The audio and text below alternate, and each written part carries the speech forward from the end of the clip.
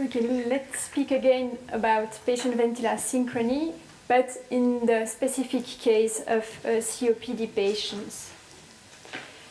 Patient ventilator asynchrony means that there is a mismatch between the patient and the ventilator. This is frequent, as severe asynchrony has been described in 25% of intubated patients and in 43% of patients under NIV.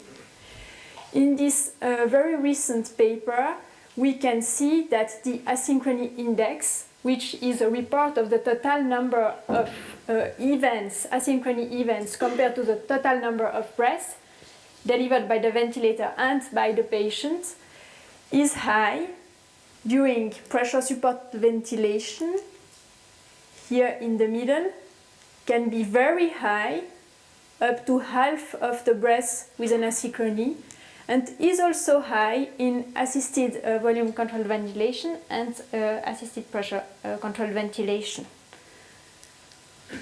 And why are we interested in patient ventilator asynchrony? We are interested in this topic because asynchrony is associated with increased work of breathing, because asynchrony are associated with increased duration of mechanical ventilation, and because, as shown very recently, because patient ventilator asynchrony, at least when they are elevated in number, are associated with increased ICU mortality and increased hospital mortality. As already said this morning, the causality between increased asynchrony and outcome has never been proved up to now. However, there is a strong association. When we speak about patient ventilator asynchrony, we can divide the events in two big groups. The first group is composed by patient ventilator asynchrony related to the triggering process. In the left part of the slide, I've represented what is the triggering part of the respiratory cycle here, which is related to the effort that the patient must provide to be recompensated by the ventilator.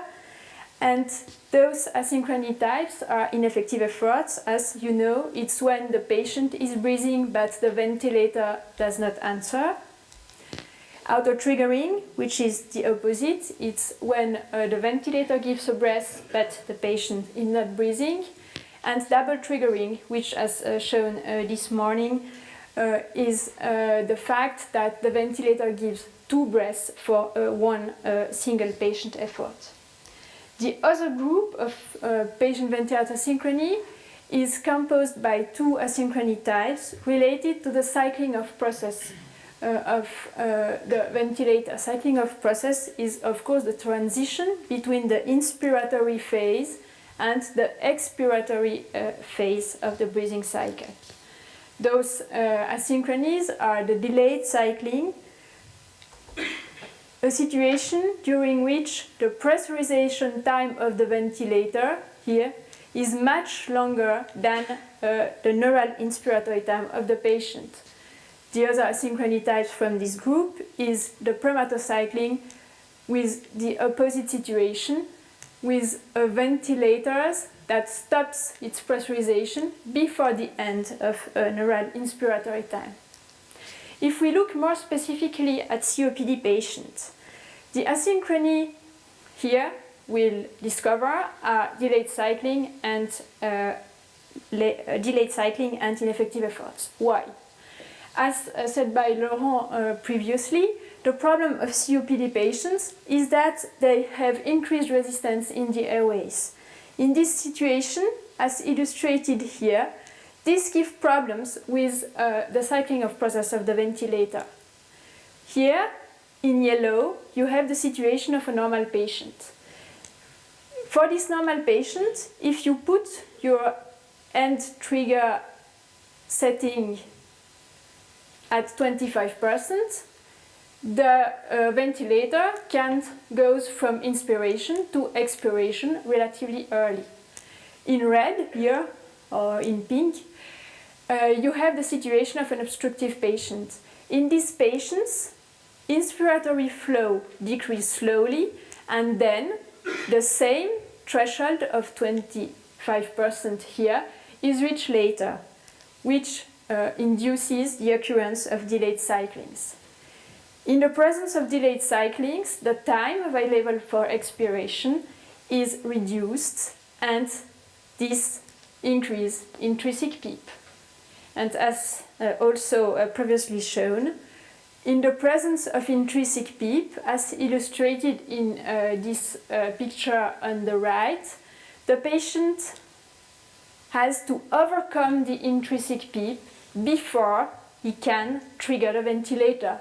And then, instead of having a low effort to have a breath given by the ventilator, he must do a huge effort, and then in this situation, ineffective efforts can occur frequently. Here is illustrated the typical situation of one of our COPD patients during pressure support ventilation.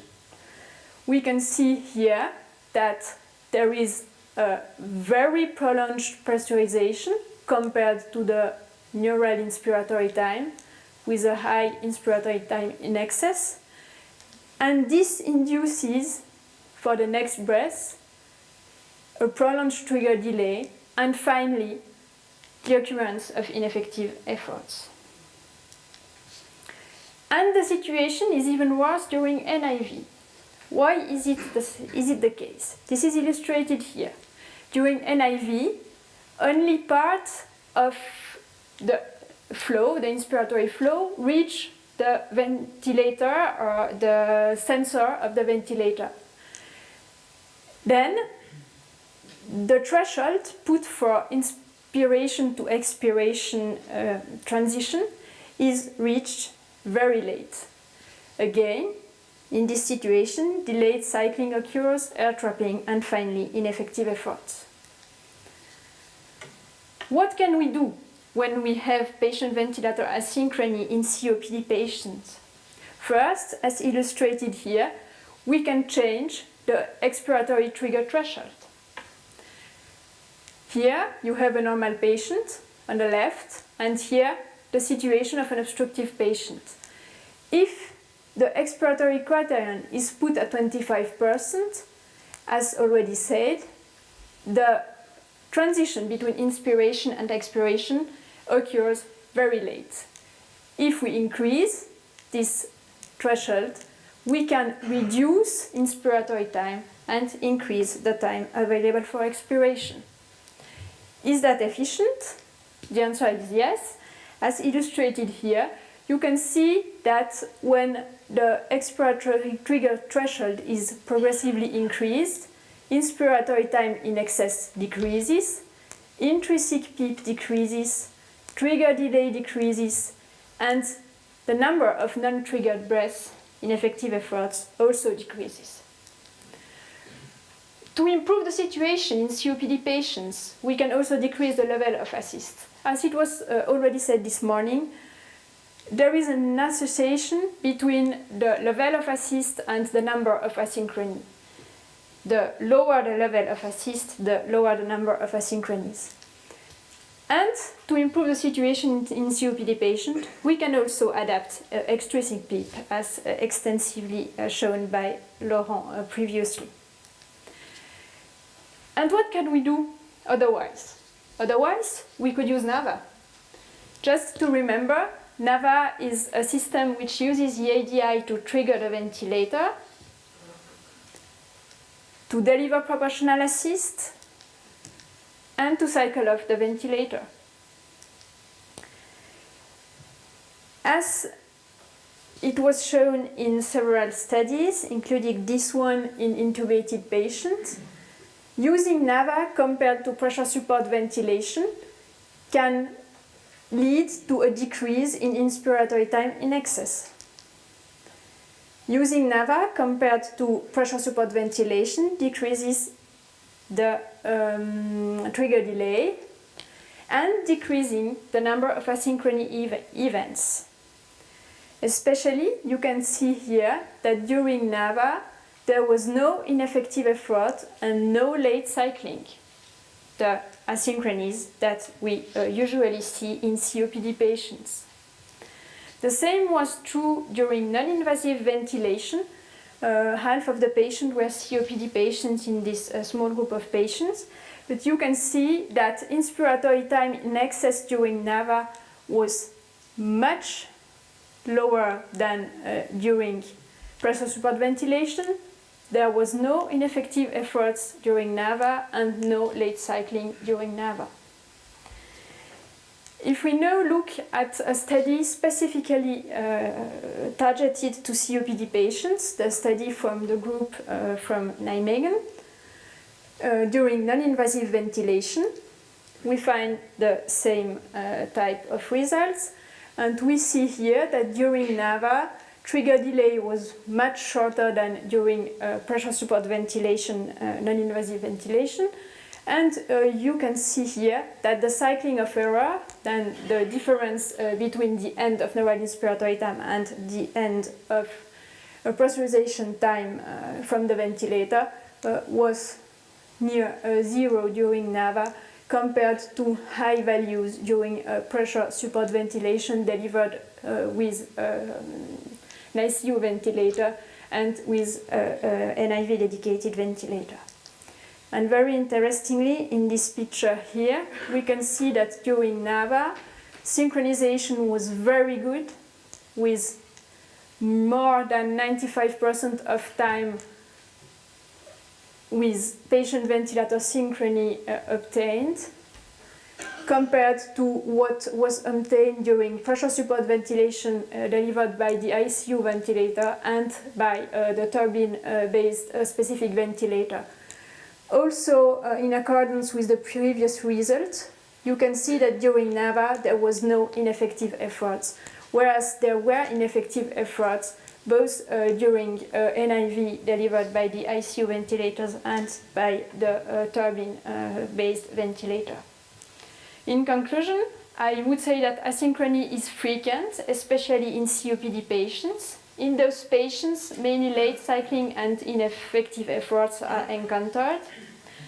Severe asynchrony is associated with poor outcome, and synchrony in COPD patients can be improved by optimizing pressure support settings and setting threshold level of assist PEEP, extrinsic PEEP, and can be improved by using NAVA. Thank you for your attention.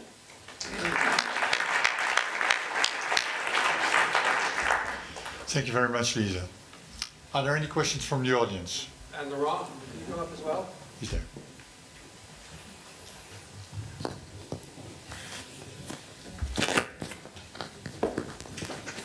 Oh, shall I start then? Laurent, I want to ask you something about titrating extrinsic PEEP with a patient on controlled ventilation with intrinsic PEEP. And I agree with you that most of the studies actually show that your end inspiratory volume increases after giving extrinsic PEEP. But there was a paper by Amato about 10 years ago in Critical Care Medicine who showed in a few patients that plateau pressure actually paradoxically decreased after giving extrinsic PEEP. Can you comment on that? Do you think Yeah, thank you. So yeah, sure, and I discussed that with Marcelo. So in general, I don't think you should expect, because people have in mind that you put external PEEP. Oh yeah, so the lung will